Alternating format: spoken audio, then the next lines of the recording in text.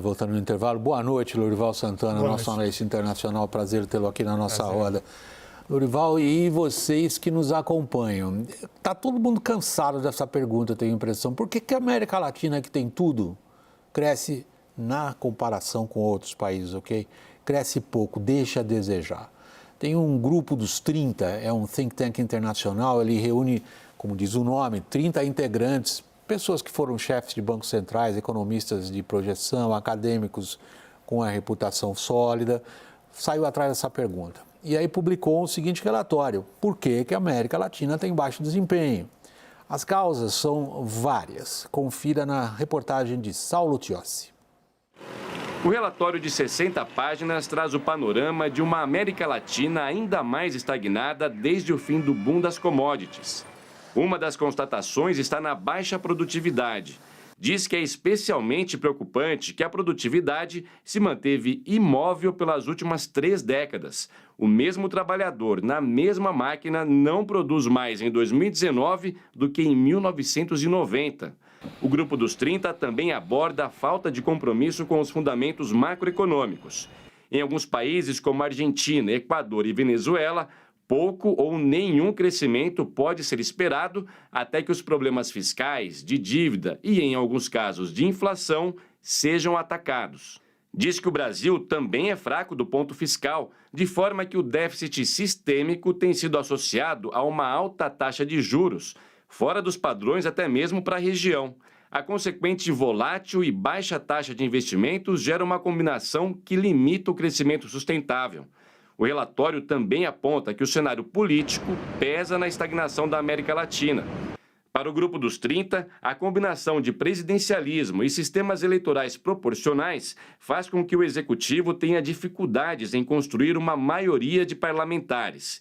E afirma que a América Latina pode estar presa no nocivo balanço onde a falta de confiança impede a performance das instituições de governo e a baixa performance, por sua vez, explica a baixa confiança. A conclusão é enfática. Considerando tudo, esses fatores constituem um déficit de governança na região. Atacar esse déficit vai exigir uma profunda e ambiciosa reforma política. Profunda e ambiciosa reforma política. Isso não está no radar de ninguém. O que mais me impressionou, Lorival, nesse relatório, eles criaram ali 4 categorias de problemas. Então, tem os países que têm, digamos, uma instabilidade endêmica, Argentina e Venezuela. E Equador. Equador, isso. Muito obrigado. Países que têm estabilidade macro, mas não cresce. Eles botaram lá Chile, Colômbia e Peru. Aí tem mais 2 categorias. O meu México contra o Brasil. E a do Brasil, eles vão para o que a gente está acabando de falar no bloco anterior, Lorival. Eles vão para a questão fiscal e, particularmente, credibilidade das instituições. Não é nada muito novo, né? Não, eu achei esse relatório muito bom. Eu queria dizer, em primeiro lugar, quais são os países com os quais eles comparam a América Latina. Bulgária, República Tcheca, Egito, Hungria, Indonésia, Malásia, Filipinas, Polônia, Romênia, África do Sul, Tailândia e Turquia. Espalhados pelo mundo. Uma cesta bastante variada em vários continentes e tal, né? No campo econômico, aquilo que a gente vê, né?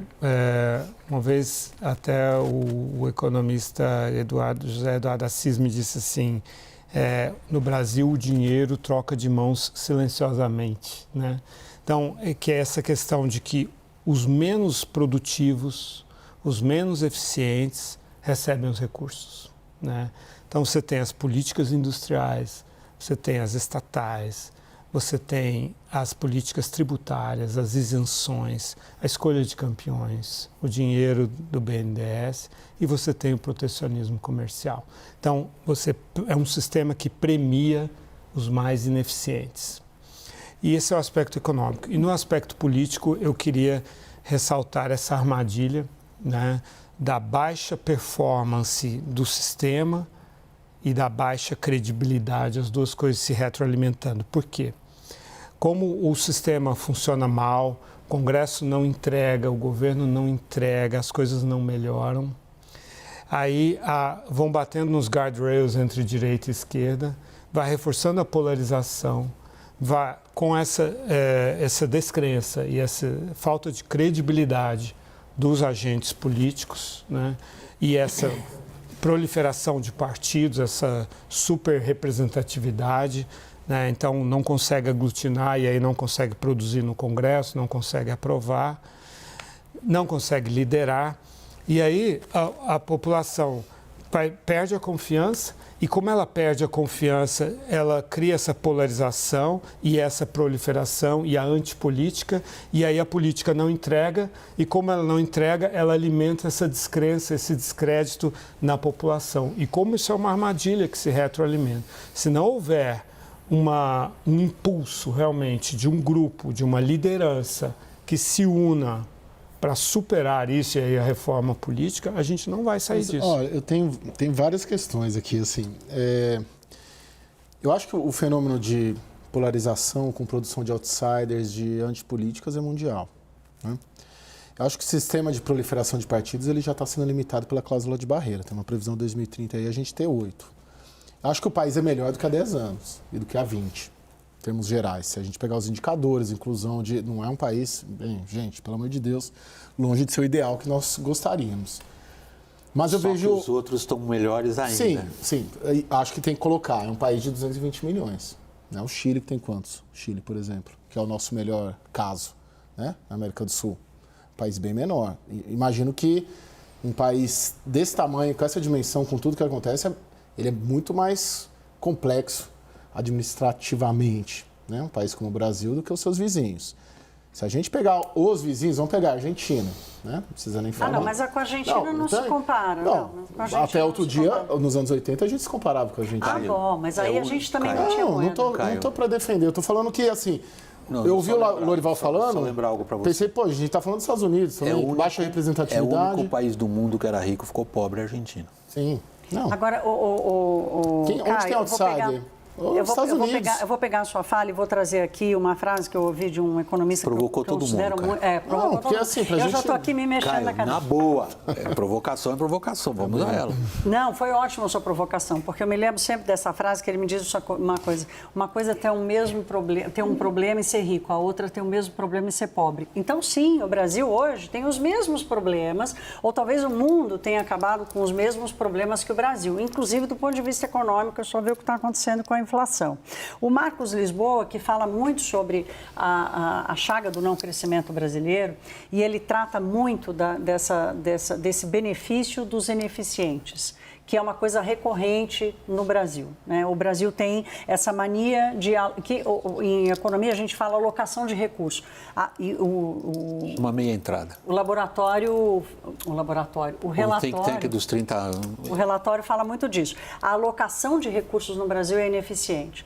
A instituição política é a força que deveria combater a ineficiência da alocação do recurso. Acho que é disso que o relatório trata aqui. A gente estava lembrando há pouco do livro do Acemoglu e do Robson, porque as nações fracassam... Que assinam esse relatório. Exatamente, que assinam também o relatório, que eles dizem o seguinte, o que explica o fracasso das nações, e talvez parte da explicação da América Latina esteja nele, é que as instituições políticas extrativas, que são características de um país como o Brasil e pares da América Latina, são aquelas em que o recurso vai sempre para as elites. Ou seja, a alocação do recurso, independentemente de hoje termos problemas políticos parecidos, a alocação do recurso, a atuação da elite política continua reverberando um exemplo de gestão econômica ineficaz. Deixa eu só colocar o Daniel na conversa, Daniel.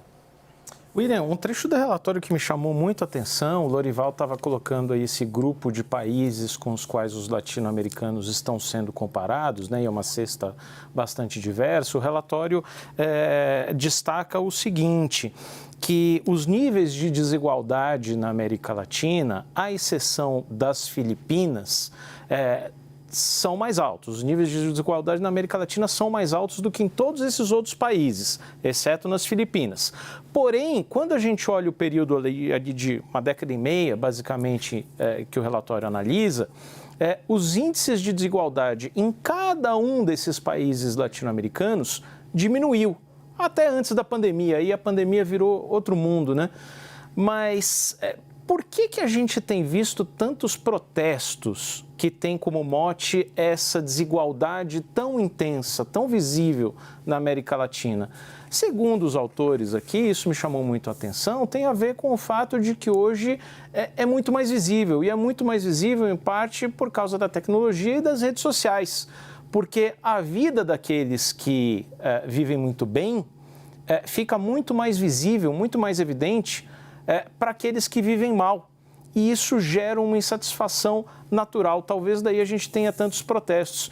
E me chama a atenção a falta de um dínamo na economia da América Latina, que não tem sido definitivamente o Brasil, nem o México. Se a gente pegar as projeções de crescimento da CEPAL para 2024, temos Brasil ali na casa de 2%, Chile com menos de 2%, Colômbia com menos de 2%, Argentina recessão, México 1,8%. Quer dizer, a ausência de um dínamo na região também parece que torna ainda mais propício esse ambiente de armadilha da renda média, né?